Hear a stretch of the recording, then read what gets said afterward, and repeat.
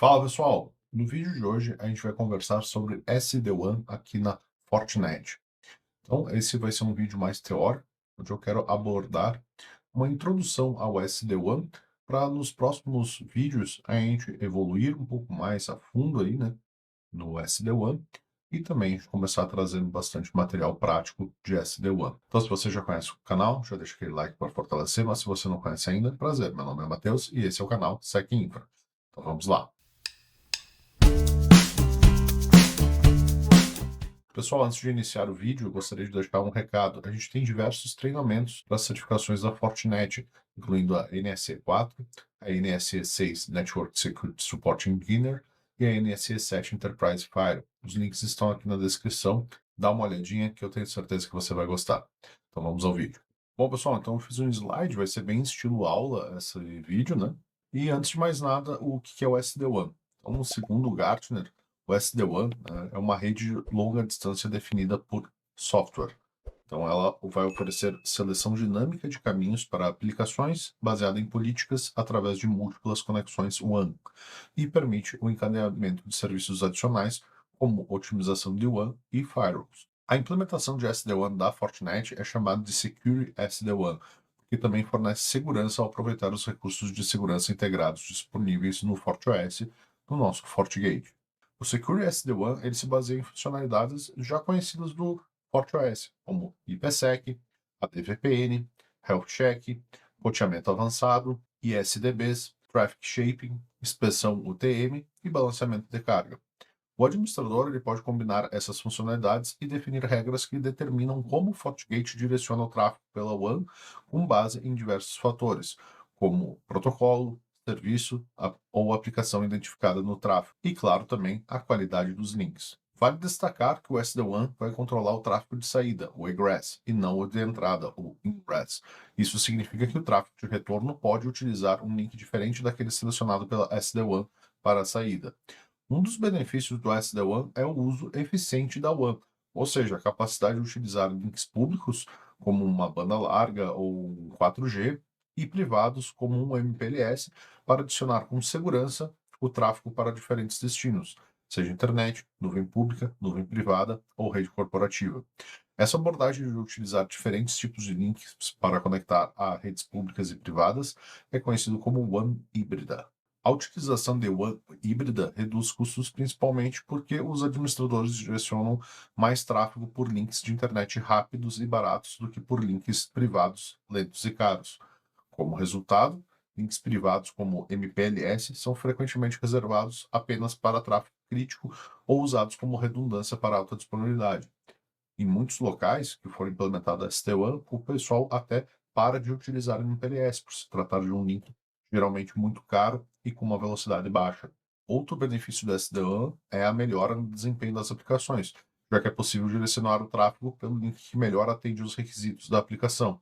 Em momentos de congestionamento, por exemplo, a gente pode utilizar Traffic Shaping para priorizar aplicações críticas e sensíveis ao invés das menos importantes. Além disso, o suporte a atalhos ADVPN, que é uma tecnologia proprietária da Fortinet, vai permitir que o SD-WAN utilize túneis IPsec diretos entre os spokes, ou seja, entre filiais, por exemplo, para direcionar o tráfego diretamente, o que vai resultar em uma menor latência entre esses locais e uma menor carga sobre os pontos centrais, os hubs, né, geralmente data centers. Aqui nesse slide, então, a gente vai mostrar os componentes da arquitetura da solução Fortinet de Secure SD-WAN. O componente central dessa arquitetura é o FortiGate. Ao utilizar o FortiGate para implementar o SD-WAN, você aproveita os recursos já existentes de conectividade, gerenciamento e firewall de próxima geração oferecidas pelo FortiOS.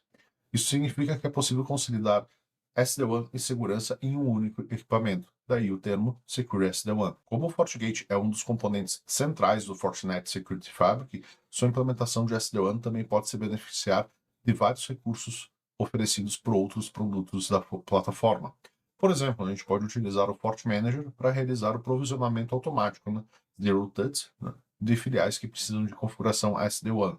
Da mesma forma, é possível utilizar o FortiSwitch para conectar os dispositivos da borda WAN e borda LAN da filial SD-WAN. Um dos principais benefícios de utilizar o FortiOS e o FortiGate para a sua solução SD-WAN é a capacidade de realizar o redirecionamento de tráfego baseado em aplicações. FortiGate ele inspeciona o tráfego utilizando o seu IPS Engine e as assinaturas de aplicações fornecidas pelo FortiGuard, sendo então capaz de identificar milhares de aplicações. O resultado é que você pode configurar o FortiGate para direcionar o tráfego com base na aplicação detectada, em vez de depender apenas de portas, protocolos ou endereços IPs.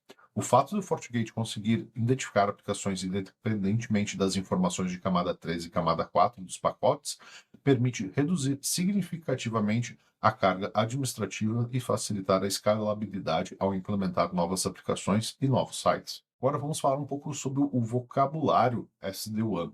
Então, a gente vai ver muito os termos underlay e overlay. Eles são usados para descrever os tipos de links em um contexto de SD-WAN.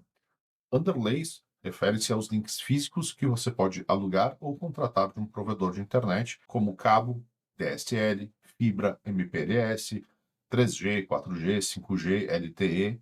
Esses links fazem parte da infraestrutura física do ISP, responsável por entregar os pacotes entre redes. O tráfego que passa pelos underlays está sujeito às políticas de roteamento do ISP.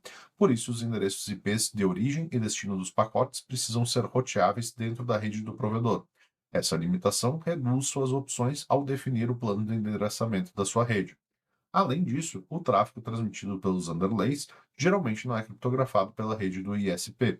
Isso significa que dados sensíveis podem ser acessados por terceiros não autorizados caso não sejam criptografados na origem. Overlays são links virtuais construídos sobre os underlays. Um exemplo comum do overlay é um túnel IPsec. Como os pacotes originais são encapsulados em pacotes ESP, Encapsulation Security Payload, as redes que se comunicam por meio do túnel IPsec não estão mais limitadas pelas políticas de roteamento do ISP. Além disso, os recursos de privacidade e autenticação fornecidos pelo IPsec protegem o tráfego contra acessos não autorizados. Nesse slide, a gente vai mostrar os diferentes tipos de links underlay e overlay suportados pelo FortiGate como membros do SD-WAN. Com SD-WAN, a gente vai ter alguns casos de uso. O uso mais comum, que é o Direct Internet Access, ou seja, um acesso direto à internet ou a sua sigla DIA. É também conhecido como Local Breakout, LBO, e como eu comentei antes, é o caso de uso mais comum para o SD-WAN. Em um cenário típico, um site vai possuir múltiplos links de internet, também chamados de links underlay, como a gente viu no slide anterior. E o administrador vai desejar que o FortiGate direcione o tráfego da internet entre esses links. Esses links são conectados ao FortiGate por meio de diferentes interfaces físicas. Pode ser uma porta física, uma VLAN, uma agregação de links, um lag, um modem USB ou ainda por um Fort Extender. Geralmente, o tráfego sensível ele é priorizado e direcionado pelos links com melhor desempenho, enquanto o tráfego não crítico é distribuído entre um ou mais links com base em uma abordagem de melhor esforço. Links de internet mais caros são comumente utilizados como backups ou exclusivamente para tráfego crítico. Como o tráfego de internet sai diretamente da caixa, os administradores normalmente aplicam políticas de segurança rigorosas sobre esse tráfego que vai para a internet. Para o roteamento, a configuração mais comum utiliza rotas padrões estáticas. No entanto, em alguns casos, o BGP pode ser utilizado entre o ISP e o FortiGate, especialmente se o site precisar anunciar um prefixo IP público. Os administradores também podem definir manualmente as velocidades de upload e download de cada link para evitar saturação durante a distribuição do tráfego. Como alternativa, é possível configurar o FortiGate para utilizar o serviço de monitoramento da largura de banda do SD-WAN, que realiza testes de velocidade contra o FortiWide, ajustando automaticamente as velocidades de upload e download do link com base nos resultados.